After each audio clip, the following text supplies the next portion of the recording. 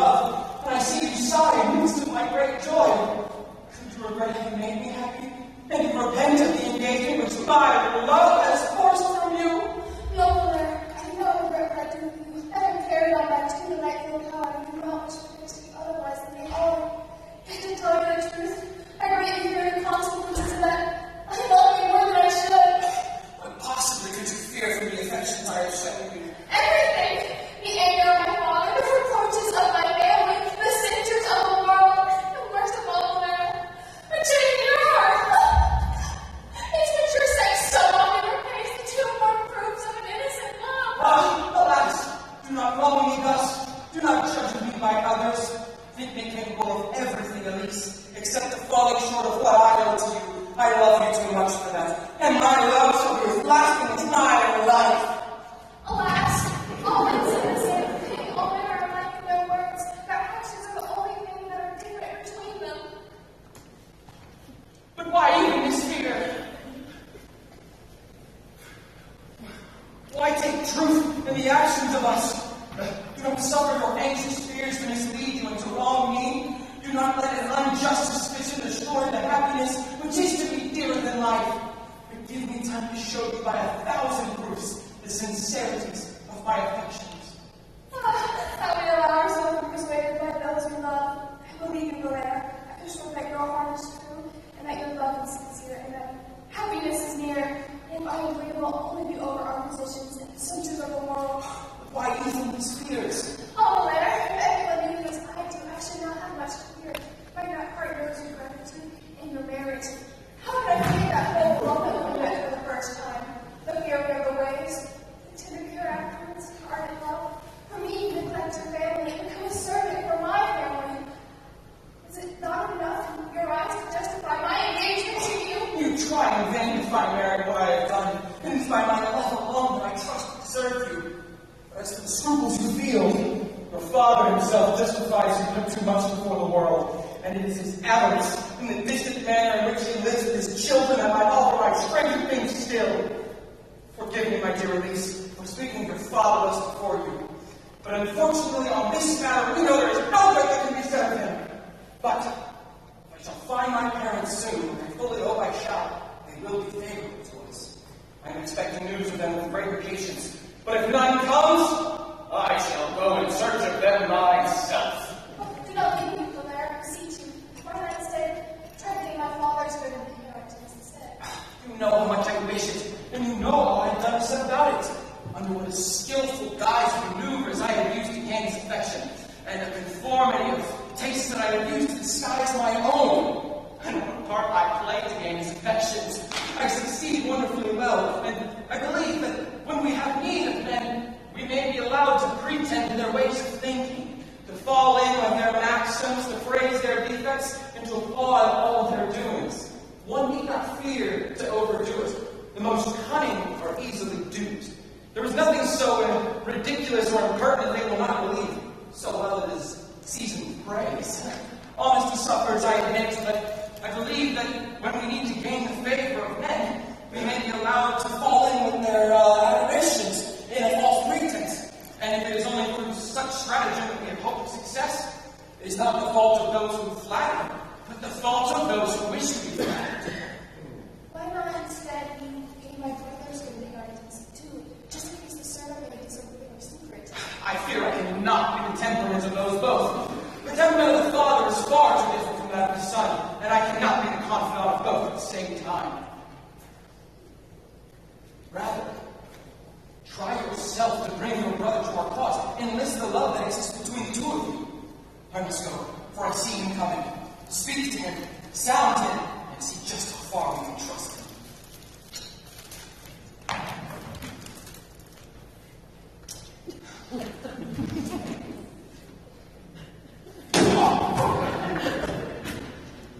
I greatly fear I shall not have the courage to speak to him of my secret.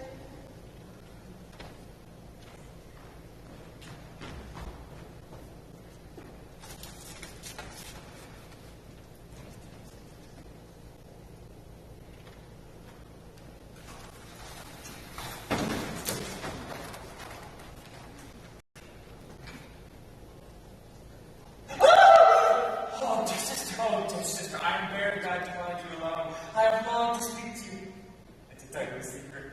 I'm quite ready, but you have to tell me. What is it, your secret? Many things, sister, all summed up in one word. Love! You love? Yes! I love!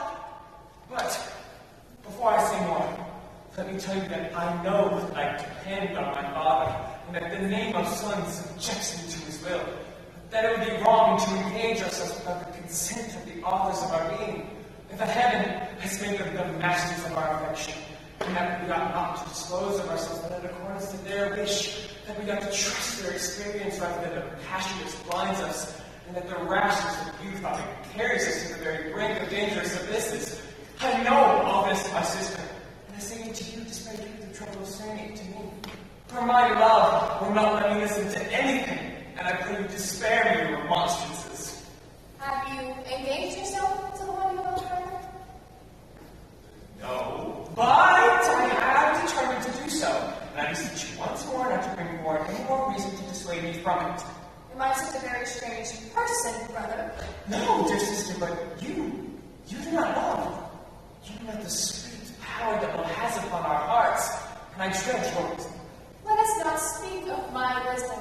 There are very few people in the world who do not lack wisdom, and maybe have it only once in their life. And if I open my heart to you, you may find me less wise than you think yourself. But to have a heart like mine? Let us not speak of me. Let's speak of you first.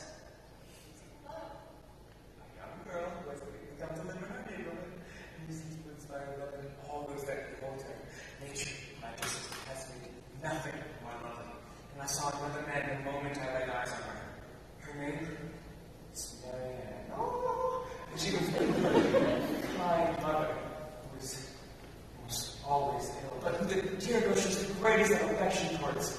She waits upon her, pities her, and comforts her with a tenderness that would touch her to the very soul. Throughout all her actions shine a splendid gentleness, of wonderful grace, and adorable admiration.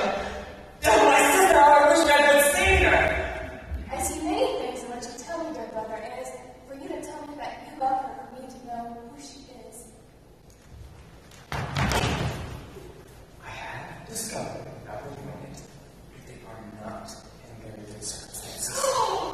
And although they live with the greatest care, they have barely enough to cover their expenses. Can you imagine, my sister, the happiness it must bring to improve the lives of those we love, skillfully to bring about some relief to the modest wants of a virtuous family? And think what grief it is for me to be deprived of this great joy through the avarice of a father, and for it to be impossible to show my love to her who is all in all to me. I hear your anxieties and sorrow, dear brother, and I see It is greater, my sister, than you can imagine. For is there anything more cruel than this economy to which we are subjected, than this strange penury in which we are made to find? For what good is having a fortune if it only comes to us when we are not able to fully enjoy it? If in order to live the life I so choose, I am thrown into debt on every side, we are forced to beg the help of tradespeople in order to have decent clothes to wear. In short, I came to you that you might help me to sound my father concerning my present feelings. And if I find him opposed to them, I determined to run away with this most charming girl and make the most of what Providence has to offer for us. And if you are